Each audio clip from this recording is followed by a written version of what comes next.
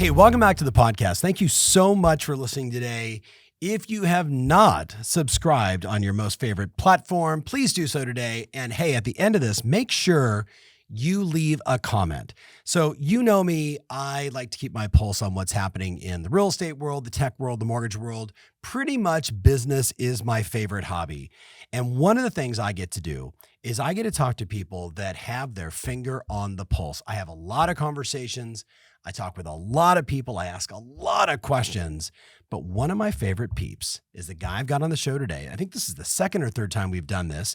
He and his partnership, they write what's called the annual T3 Trends Report. The company's T360, right? One of the guys that's helping is Jack Miller, the CEO. Stefan Swampoulos has been on the show many times, another one of my heroes.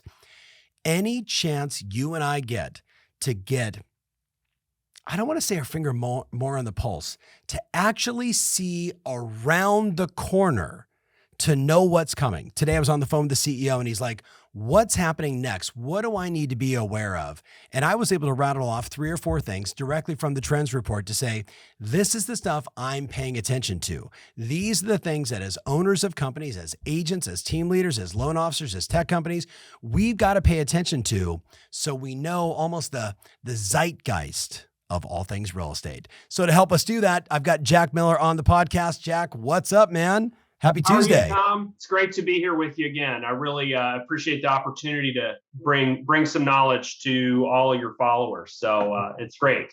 Thank you, man. 1,000%. So it's funny. I was going back through last year's trend report. So for the people that have never maybe listened to you before or don't have context for who you guys are, give them just a little taste of how much time and energy you guys go through to then articulate. And I think this is the 18th year in a row you've done the trends report. Like, what does that mean? Do you guys just sit in a room for one day, smoke some weed and say, what's going on in real estate? I wish it were so easy. And it is definitely not. So yeah, this is our 18th year to write a trends report about the real estate industry. And just for context, we're about a 40-person company. We have about almost 30 of our people are in consulting, working with brokers, teams. A lot of your right. Top teams have worked with us before, doing all kinds of things. And once a year, we get our group together and spend a day brainstorming what we think is happening in the real estate industry, where we think the market is going.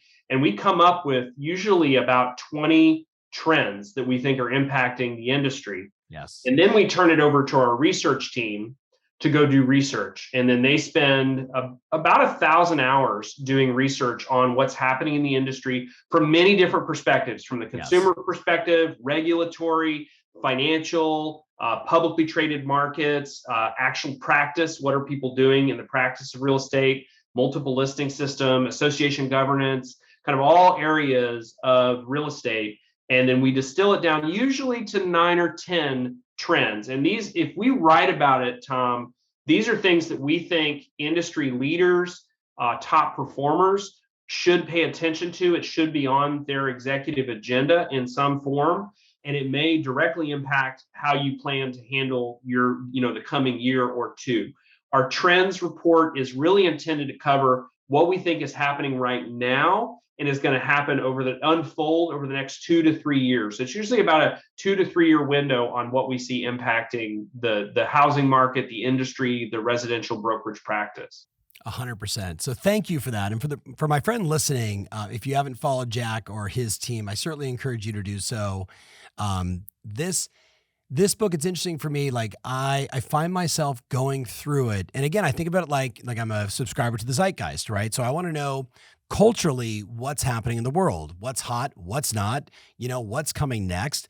It makes me a better dad. It makes me a better business person. It certainly makes me a better, just human being to have a sense of what's going on. So Jack, I've got all these questions sort of related to a bunch of the trends you guys are talking about. And I'm going to kind of bounce between last year's trends because I think there's some things that are still unfolding. But I want to hit you out of the gate with probably the one thing that I've sort of shared with people in a pretty direct way, saying, hey, look, the industry is changing. commissions are an issue. So one of the things you guys talked about, and I'm taking off my glasses. It's funny, I have to take off my glasses now to read. Right here, trend number 1, evaluating real estate's compensation structure and its future. So everybody I know is looking at, if you're a team leader, commission compression, consumers, agents, brokers. The joke is there's a reason why they call brokers broker. It's because of the commission models that are out there. So what is the future of real estate commissions? And tell me, can we also unpack what we think is going to happen with the class action lawsuit? Yeah, those are great questions, Tom. And I've got a few of them. We've written a lot about the commission compression in the industry over the past decade. So because it's been a constant topic, and we've written about ways that brokers and teams are attempting to cope with that, whether it's offering additional services through joint ventures where they get into mortgage or title or other areas of the business that capitalize on that same deal flow that's coming through the real estate brokerage side, or whether they've done things like developed more of their own business via lead generation programs. A lot of brokers have done that or attempted to do it in order to remargin their business and say, look, we'll invest in generating business and then we're going to charge a referral fee into our network. So we've written about it a lot. The big picture here, and if you look at in our trends report this year, we published the average commission rate over really since 2007, and it's not a pretty picture. It's in decline. There's been pressure. Yeah, there's been consistent downward pressure on commissions. We're down well below 4.9% now for the total commission on a transaction based on public filings of very large companies that do a lot of transactions. And so we think that's going to continue, which means brokerages and teams that want to maximize their business are going to need to look for other ways to capitalize on the deal flow that's coming through their organization, whether that is with MSAs or joint ventures, or having some kind of co-shared ownership in other affiliated businesses, or starting up new lines of business to make the brokerage entity not the only thing that they've got going, or the real estate transactional entity not the only thing they've got going. So that's been going on for a while now, and it's not a newsflash to anybody that has been reading, a profit and loss in this industry for more than a few years. Right. On the other side, you asked a really important question about these compensation-related lawsuits, of which there are 5 of them. One of them has been certified as a class action. They make a variety of claims, but from a practitioner's perspective, what it all comes down to is the sharing of the commission with the buyer's agent is being challenged in a variety of ways. And there's you and I can talk a little bit about that, and then I can talk to you a little bit about outcomes, where we think that this is going to land. So Jack, I've been basically saying to clients for the last 2 years, whether I'm, live on stage at a summit, in a small meeting, in a podcast, whatever it may be, I basically say, look, if the class action lawsuit goes through and we have this sort of true bifurcation of commission where I'm going to list my house now for 2.5% to 3%, whatever rate the listing agent chooses to get or charge the seller, right? And now on the buy side, I'm literally telling agents, if your buyer presentation isn't rock solid, if you can't articulate the hours and time and work you spend to go out and represent them, and then be able to say, and for this, Mr. Buyer, Mrs. Buyer, you're going to pay me 2.5%, 2%, 3%. So I've been saying this, and I sort of get the, like the X's on the eyes when I say it, like, do you really think that's going to happen, Ferry? And I say, I think it's going to be one of 3 things. It's going to happen. And if it does, let's be prepared. Get your buyer presentation right, get your value right, or you will be disrupted by, Jack, I don't want this to happen, but you and I spend a lot of time in this industry. I think it's fair to say a bunch of companies will pop up that essentially say, for $500, we'll write your offer. And let's just call it, in the US, $125 billion in commissions, half of it gets arbitraged down to pennies for people that essentially go legal Zoom versus hiring an attorney.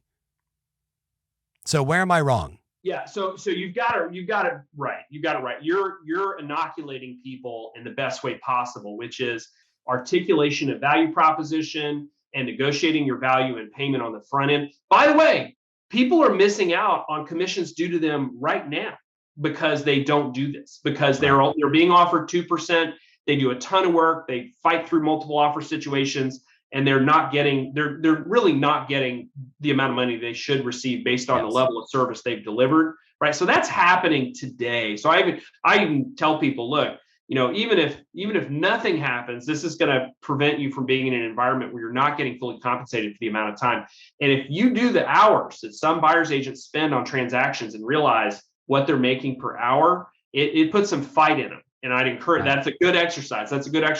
But there's a span of things that are going to happen, all the way from this is a nothing burger and nothing's going to happen. By the way, I don't think that's what's going to happen, to some level of disclosure is required on the very beginning, at the first serious contact with a buyer or seller prospect. You have to say, this is how the buyer's agency works. Right. Here's how I get paid. All the way to, it has to be included in an exclusive agency agreement, which must be signed every time in order for you to get paid. Which there are some places where it works that way. There's many states that have already implemented this, and I think it's really smart that they're doing that. Sorry to interrupt. Yeah, no, I agree. So what it is, even if it doesn't matter where we land on the spectrum, we land anywhere on that spectrum, people are going to be better if they're articulating their value and they're negotiating for it and saying, look, here's what I am requesting to be paid for the services I provide. And if I'm not paid by the seller, then the buyer needs to make it up to me. You need to pay me for the rest of my services. And I think that's the big picture here. But we do think that just our awareness of what's going on with the lawsuits and what we write about in the chapter, it seems likely something's going to happen. Like something will come out of this in some way, shape, or form that is going to change how we do the compensation, at least from a disclosure perspective. Right. Could go all the way. The hard part for me is having spent enough time traveling and doing workshops around the world, having clients in 29 countries. For all my friends in Europe, they're like, welcome to our world. All my friends in Australia, New Zealand, they're like, South Africa, welcome to our world. And then I say, so like this, one of my dear friends, I think he's a client of you guys as well. His name is Michael Polsler. They have about 30,000 agents throughout Europe and, every nook and cranny. And so Michael and I would do these workshops back in like 2012, 13, 14, 15, 16, 17, 18, 19, where we were saying cooperation is the next great trend. Now, for my person listening, if you're in like North America, you're like, what do you mean? Well, what if I told you that if you were trying to buy a place in District 1 of Vienna and you and your spouse were moving there, you would call and you'd say, hi, I'd like to look at this place at 1234 Banana Street. And they would say, oh, that's not my listing. Click, and they would hang up on you. Now, you think I'm kidding, but because there was no buyer representation in place, the only thing they wanted to do was sell their own listings. And if you can imagine, with no MLSs and no ease of access of information, no all the things that we sometimes hate, Zillow, Realtor, Redfin, etc., the consumer experience was horrible. So Jack, my concern is we're going to go back to 1954 if this gets enacted. I think the consumer gets royally screwed in the process, not by the great agents, but in the US, the 1.5 million agents take the 300,000 or 400,000 that are exceptional, everybody else. There's some legitimacy to that perspective, Tom. I will say on the MLS side of the picture, which we wrote a whole chapter about, some of the things that are happening in the MLS environment. The MLSs are working really hard. A lot of the large regional MLSs and some of the ones that are part of these networks to make sure that we have that data that drives so much of the consumer experience. There are going to be some challenges in buyer agency if there are changes. There are going to be some challenges there. That is absolutely factual, but I don't think we're going to roll back to 1954. I still think we're probably going to keep some of the benefits that the MLS provides with regard to data, but it will mean that the agents that are participating in transactions will need to be much better at negotiating their commission, or they're just going to be out. They're just going to be out. The days of I'll drive around and show you some houses, don't worry about how I get paid, those days are coming to an end. They really are. And we will literally see hundreds of discount brokers. Think Uber for buying a house. Literally, okay, I'll pay you, $175 to write up my offer. So for my client, if you're listening right now, jump inside a Loom, watch Coach Alicia Essig. She is batting 1,000 on meeting with a buyer, walking them through the contract, explaining all the legal, explaining how she gets paid. They sign a buyer brokerage agreement, and then her team or her go out and sell them a home. It was one of the most, Jack, one of the most popular trainings. And I think this was done in like January of 2022, right? And still today, it's one of the highest ranked shows we've got inside of our, internal training. You mentioned MLS. There was so much rumble at Inman, right? Specifically, just a couple of weeks ago, I was pinging multiple CEOs of large tech companies, not to be named, saying, all right, so Andy is buying everything, but your trend number 2 is the future of MLSs. And my response is CoStar the future of the MLS? So there's definitely a lot of reasons to watch CoStar. For certain, it is. They bring a lot of resources to the table, a lot of capital. Right. They're a big operator. They know how to do things well. And we wrote about some of this risk in last year's report when we said there's massive, looking right at it. Yeah, massive consolidation trends that are happening with large tech companies that are buying components.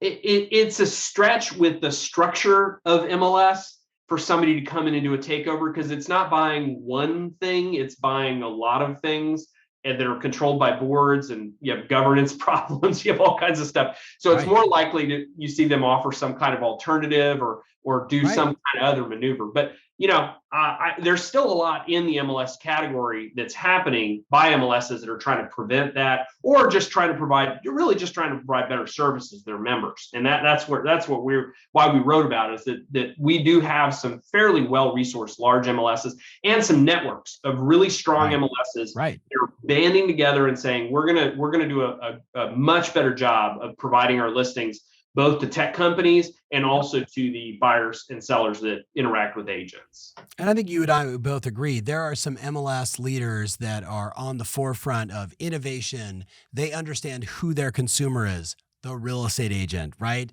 That they've got to provide great tools and great resources. And just for the person listening right now, wherever you're watching, make a comment. Tell us if you love your MLS or you don't love your MLS. And you got to be careful when you make your comments, but just, heads up. But, I need that feedback because, Jack, we see some of these MLSs that are smaller, that are still sort of mom and pop operators. I think they're very disruptable, if that's even a word, whether it's Andy at CoStar, Zillow, Redfin to a certain extent, the next new thing that comes out. So what is the future of MLS? Well, like when you guys were writing this, give us like 1 or 2 insights. What can we expect from MLS? The future we're seeing, I think everybody, a few years ago, the big talk was about regionalization, that we were going to have regional consolidations, big MLSs like Bright and CRMLS and Stellar and MRED, we're just going to roll everybody up around them. Yeah. And what's happened now, that some of that has happened, some of that's accurate. Some of those little MLSs you're talking about, they're attached to a local association, have just said, you know what? It's way better if we just give our membership services over to a bigger entity who will do it in a cost-effective way for us and really up our service level. So that's happened. But the other thing that's happened that is novel and interesting is a lot of these MLSs are now working with each other across large geographic boundaries to provide shared services, to let people search up and down. Like there's movement right now to allow, MLS searching up and down the entire East Coast, all the way from Florida, all the way up to New York. That an agent, if you're serving a client in New York or Pennsylvania or Baltimore, you can do searches in Florida for them and then have a really quality, customer experience and a great referral to an agent in Florida to complete the transaction. So there's some movement afoot that is beyond just, a big MLS rolling up a small MLS that's right next door. So that's part of it. And in our chapter, we write a lot about the specifics of how that's happening. So again, it's the Buckminster Fuller. Do you know that name? Yeah. Created the geodesic dome. So my mentor, God bless him, Mike Vance, worked with him when he was running, part of Disney. He hired Bucky to create the geodesic dome at Orlando. In 1938, Jack, Buckminster Fuller coined a phrase. 1938, people. He said ephemeralization. And he said, with the advancements of technology, we will get more from more and less from less. And I was like, oh, that's interesting. He said, until eventually we get everything from nothing. Now, when I heard that from Mike Vance, he said ephemeralization is how do you get a lot out of a little or more for less without eventually spending another dime. What I keep seeing with the MLSs is just a level of efficiency, making an agent anywhere in the world more proficient with their clients, with their experience. Do you think that that trend continues where, like I jokingly say when I'm in New York, I'm like, how many of your clients have recently moved to Southern New York? And they all look at me and I go, Southern New York, Florida, Miami, Fort Lauderdale, and they all laugh. Do you think this sort of ease of experience is going to drive more multiple licensed stated agents? Like I'm licensed in Florida and New York. Or do you think it's just ease of access for experience and then get them to a good referral partner? The future doesn't show up everywhere all at once, Tom, as you know. No. So there are going to be some places where you have sophisticated operators that are putting a lot of effort into making transactions easier, making the tools better, all of that. And so I think your viewers, it's going to be a non-uniform experience. Some people are going to be in certain parts and they're going to say, I love my MLS and they put out this great stuff. And other people are going to say, I'm out in the middle of nowhere and our MLS is kind of old, right? And it's okay. That's just the nature of this business. I think we all see it coming. It's just coming at the rate that it comes, given the size of this industry, the geography, the number of markets. We saw 7%. We just did the stats on this. We saw between 2020 and now, we saw a 7% reduction in the number of MLSs nationally. We saw a 3.8% reduction in the number of local associations. And so it's happening, but at 7% over a 2 or 3 year period, it takes a while, but it is happening. It is happening. All right, let's switch gears. The song that's going through my mind is "It's the End of the World as We Know It." And I want to skip right. I think that may be the first time I've ever sang on my podcast.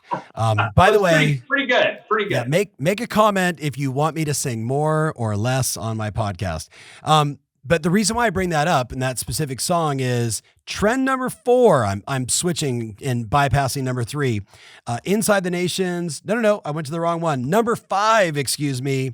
Open Door. Silicon Valley's big bet. And I literally wrote down, is iBuying dead? But I want to go deeper. Is iBuying dead? Is raising capital for prop tech and real estate going to be dead for a while? I want to just put it out there. I think you're hearing it first on my podcast. I started saying March of last year, Jack, with all my top teams, all the, friends of yours and mine. I said, don't be shocked when Redfin sells.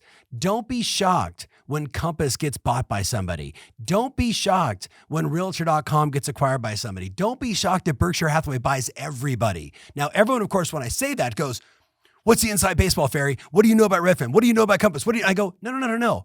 I've just been in the industry for 33 years.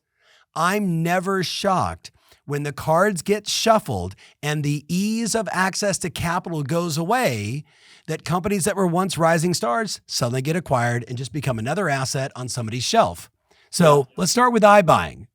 Yeah, so iBuying, it's interesting. iBuying brought some legitimate improvements in consumer experience into our industry, and then led to power buying and a lot of this kind of integrated real estate mortgage process, right? And just the fact that via Open Door, consumers, I think, for the first time ever at scale, were able to register on an app, send over information, be legitimized, and I can go look at a house and I don't have to call anybody. I can just go and unlock the door myself and go in. Now there's again, lots of debate we can make about that, but these companies made a lot of investments in changing consumer experience and in actually innovating inside the mortgage financing process when it was linked up to real estate.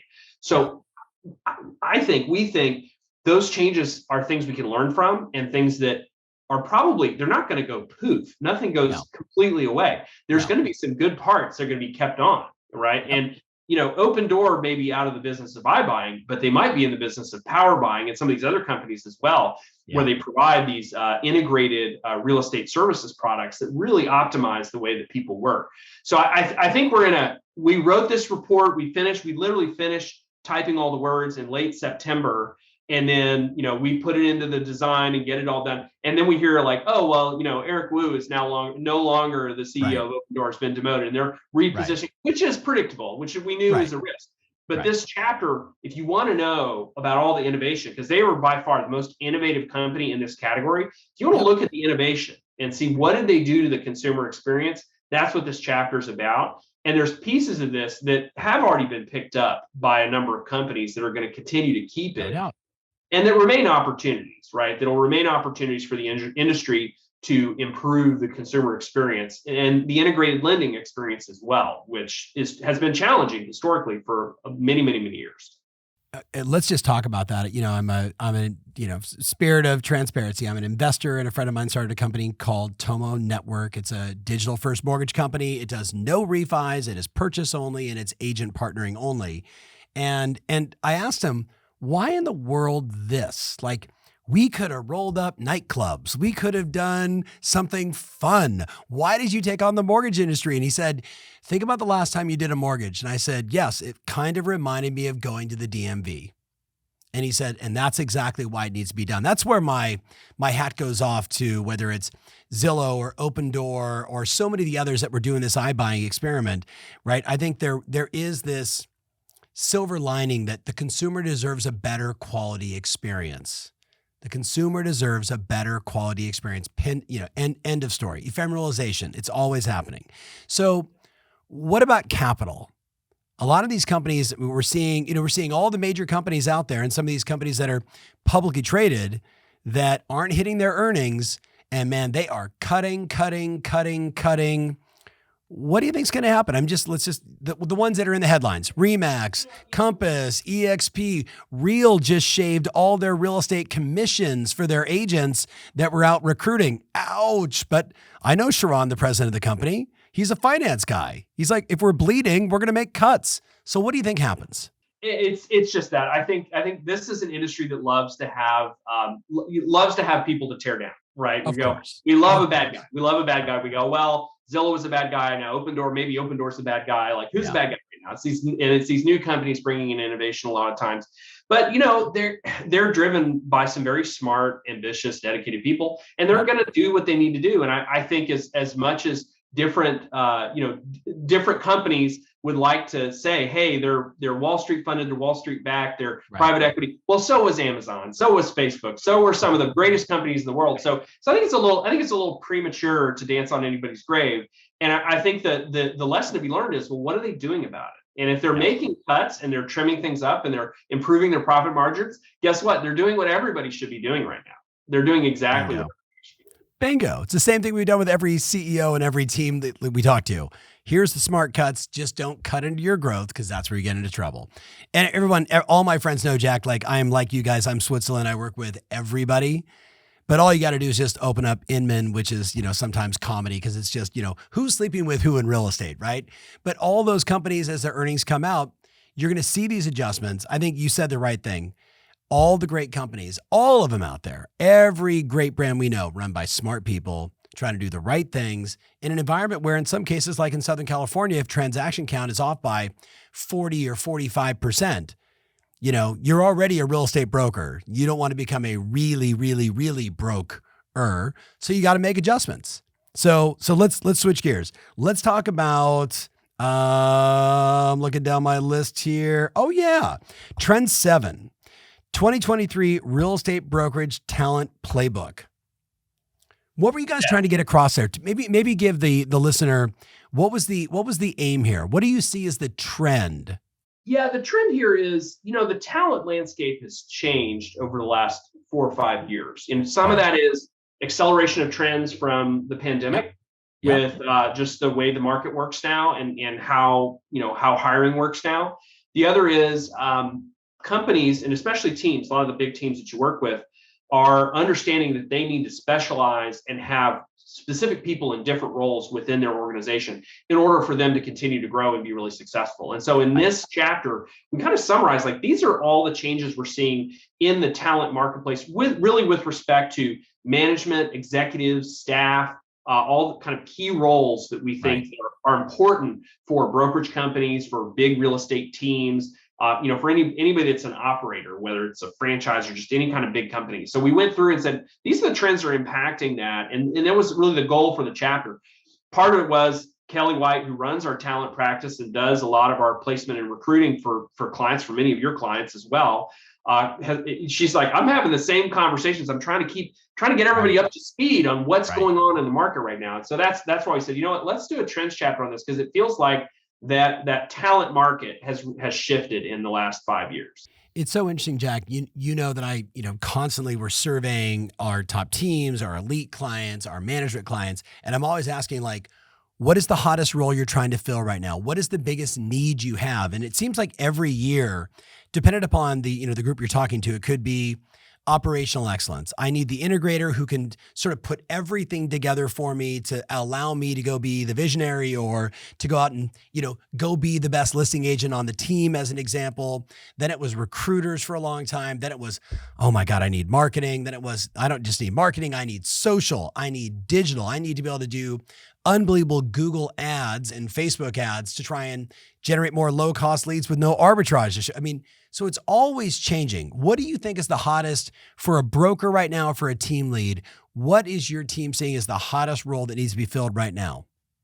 So we're filling a lot of roles, but I'll tell you the ones that keep coming up. Yeah. Are people that wear a title, something along the lines of a chief growth officer or a director of growth. And it's really, it's a level above. Now, for a while, it was recruiters, and it's still, recruiters are always in demand. Always in demand. But now it's a level up from that, where we're finding people that they're saying, hey, I want an executive that's thinking about growth from a more broad-based perspective, and that's in charge of my growth programs, which is recruiting, increasing production, and merger acquisition. Right. And ancillary services, right? Ancillary services for the companies that are deciding to get into that. But they're really looking at it and saying, I'm going to put in charge of somebody who's going to drive our top line performance in a variety of ways, strategically, as opposed to tactically. I mean, tactically, you just hire a recruiter and say, go recruit, or you hire a coach and you say, go coach my agents to, be more productive. But we're seeing people wanting to manage that and have a structure and a plan for it. So I think it's one of the positions we wrote. There's a little job description in our report for that. And we've said this is one of the hottest positions. Recruiters are still very important.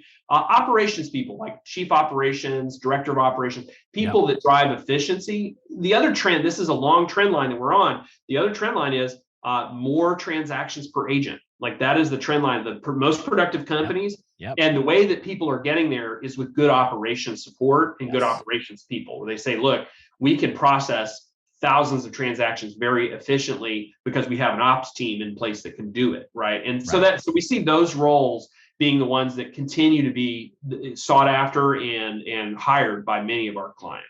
You guys wrote about this trend a long time ago, and I think it probably needs to be maybe re-socialized. And it's something that 2012, I was talking to Stefan about it, and then we launched our team stuff in like 2014. And what I saw was the realization that a lot of team leaders had the epiphany. Salespeople should work with clients and do nothing else. That's it. They should just, hi, let's go look at a house. Hi, thanks for having me over. Let's talk about getting your home on the market. And a really good salesperson, they should just go on 3-4 appointments a day. They should not be involved in the paperwork. They should not be involved in the transaction. They should not be involved in which way the photo should be taken to launch a listing. And we've seen that. Certainly, you're talking about operational excellence. We've seen that trend really shine. Like, I'm thinking about Teresa, one of our clients, a RE/MAX team leader down in Savannah, Georgia. Her per person productivity is like 40 transactions per agent. That's Redfin level. That's right. It's unbelievable. And they make great money. They sell a ton of houses. She's a beautiful operator. Big shout out to Teresa, but she gets it. Salespeople should sell houses and nothing else. Jack, I should have done this right out of the gate. Write this down, everybody, really fast. T3 trends, t3trends.com/Tom Ferry, t3trends.com/Tom Ferry. If you have not bought the trends book, if you want the zeitgeist for all things real estate to go deep on this, I highly recommend it. I buy it every year. I get it from my coaches. It's just one of those things that when you have it, you just have a little extra edge over, 95% of the people inside your marketplace. And if you're looking for a degree of separation, hard to argue against this level of intelligence. So t3trends.com/Tom Ferry. I'm sure, Jack, there's a bananas special promotion, something. There's a good, yeah. We have a special Tom Ferry price in there, and I appreciate you sharing the link to that. Definitely go pick up. There's you can get a digital only, and then if you want to add a print copy, which I highly recommend adding a print copy, because you can do what I do to it, which is, even though we wrote it, I still mark it up, I still highlight it, I go through, I work off of this. I've got highlighted versions of our trends reports when I'm consulting with our clients. They'll go back to year after year after year. So 100%. Yeah, so there's a price for both. I'm going to hit you with one last one. So you have inside here, trend number 4, inside the nation's largest, most profitable brokerage company. I know who, but who and why? That's Home Services of America. And you're good. Hold on. You mean, some would argue, the most boring real estate company Warren Buffett owned is also the most profitable. Surprise, surprise. Yes, surprise, surprise. So it is. So we have been talking to Home Services for years. We know Gino. We've known the management team for years. But they're. Hold on, Jack. I got to just say, for the people listening, Gino is a personal client of mine. I cold called him 33 years ago and invited him to come to one of my dad's superstar retreats. And I think he gave me, Jack, a credit card and signed up just to get me off the phone. And we've been friends for 33 years. So I knew who it was. And I love seeing him ranked as the number 1 most influential. But there is so much to unpack in the way that they operate, his 4 disciplines of execution. So just, I interrupted. I apologize. Unpack why. Why are they so wildly successful or just profitable? So real estate, I think people get confused in this industry sometimes when they come in. And they think, this is a game of ideas. They go, this is a game of ideas. I'm going to have the next big idea. Now, ideas are important. Ideas are good. Innovation, Innovation is good. We need ideas. But this is an industry that's really won with execution. Like, it is an execution, because it's a transactive industry. It's a high volume. It's a consumer facing, there's a lot of 4 million, 5 million, 6 million transactions in the industry. So that is a game that you win via execution. And if you're looking from a profitability standpoint, it's all about how efficient you are and how well you execute. And that's something that Home Services has done very well. And we wanted to give them some recognition and credit for that, and actually spend some time. So we were able to spend some time with their management team. We interviewed a lot of their internal leaders and said, how do you get done the things you get? First of all, tell us all the things that Home Services does, because a lot of people don't know about the company. They're not aware of it. And then how do you get these things done? And that's really what we wrote about in the chapter is how they look at their products and services collectively, and how they work to be as efficient as possible and bring those services to the consumer in a united front, which I think is something that, we talked about. We started this conversation with talking about commissions and commission challenges and declining overall profitability of brokerage. And, and this is what they've done. They've accepted that, and they've just executed on that relentlessly, which has gotten them to the position they're in today.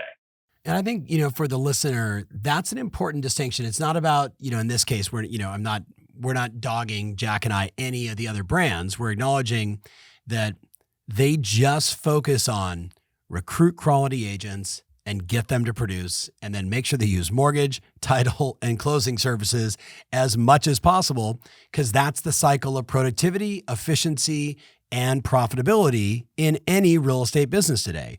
So big shout out to Gino, who I love.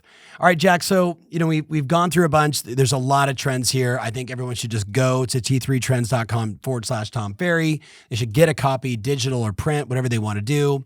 But let's do some, I'm going to ask you some, what's hot, what's not. Great. You with me? All right. Zillow, hot or not? Zillow, I think lukewarm. Lukewarm. Okay. Lukewarm. I don't think cold, but I don't think hot either. I think they're lukewarm right now. Okay. All right. Realtor.com, hot or not? Well, apparently hot enough to cause the Murdochs to decide to unload them, and CoStar to be excited to take them to the dance. So, so I think Realtor.com is hot right now from that perspective.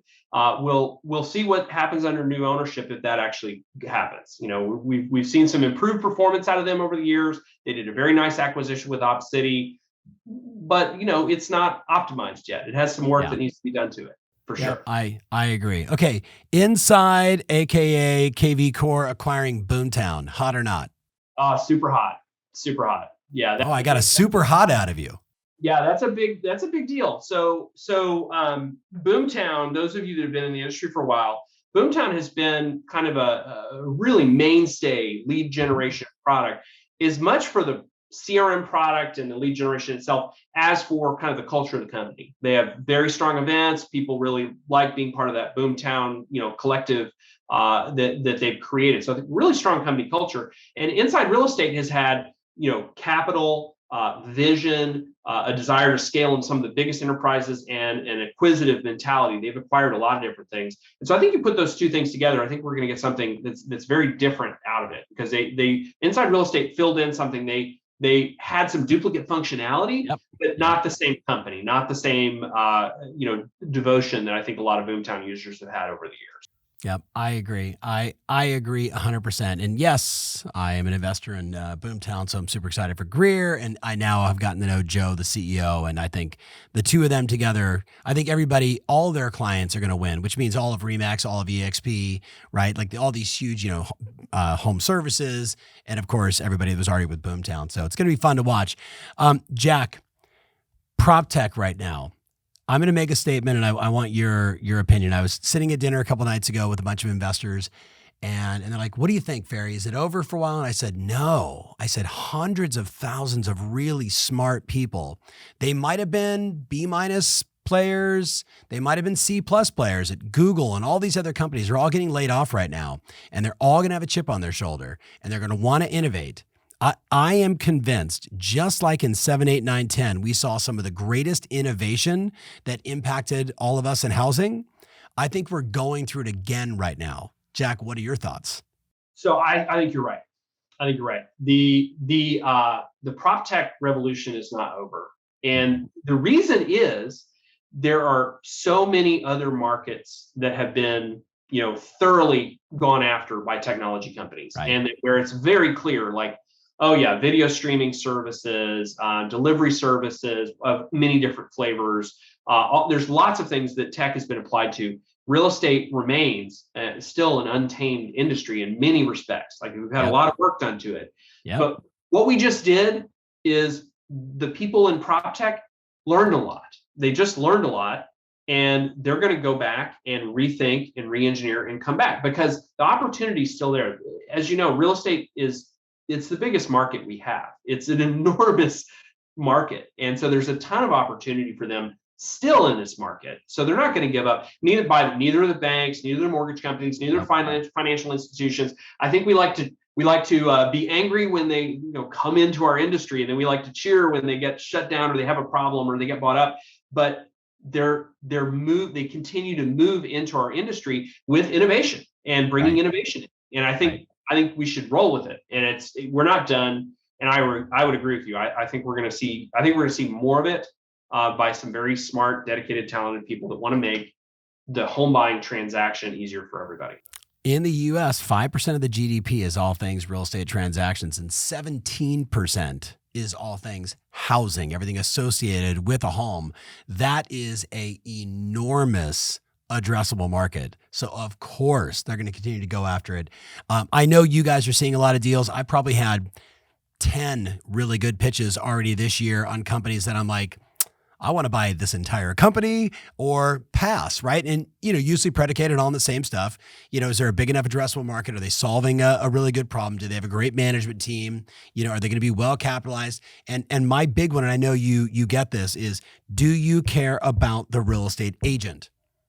If you care about the real estate agent, you have me as an ally. If you in any way, shape, or form think you're going to disrupt real estate agents or disrupt, if they call it like, just the average Joe, we want to disrupt them. I'm like, meeting's over. Thanks. Every agent matters. You know what I mean? Of course, we want the most successful ones to sell more and do better. But I'm super bullish. I think this is going to be a year where we're going to see some really cool companies. Harder to get financing. Harder to get, that early seed money capital and maybe a Series A that is worthwhile.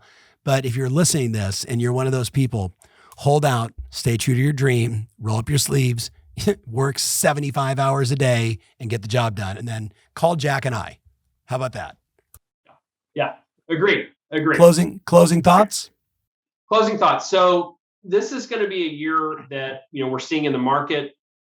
We're really going to you're going to put your shoulders in this year. So we think it's why we write the trends report every year. We write it to give people that advantage. By the way, there's a couple of really good chapters on the benefits of home ownership. We looked at it. Let's really do a deep dive on that. Right. Helpful right now if people are sitting on the sidelines. There's another chapter on just where the home industry trends are right now. Who's moving where? What are the regions and sectors, and kind of big picture, kind of how things are moving around. So we're always bullish on long with real estate. This is going to be a year where people really have to put their shoulder into it and get to work, because that's where we are. That's just where we are. And I know your clients are that way. We're that way. This is not our first time to see a year where there's a lot less transactions, but make use of the ones you get to grow your market share and capitalize on the opportunity that a slower market presents to you. Right.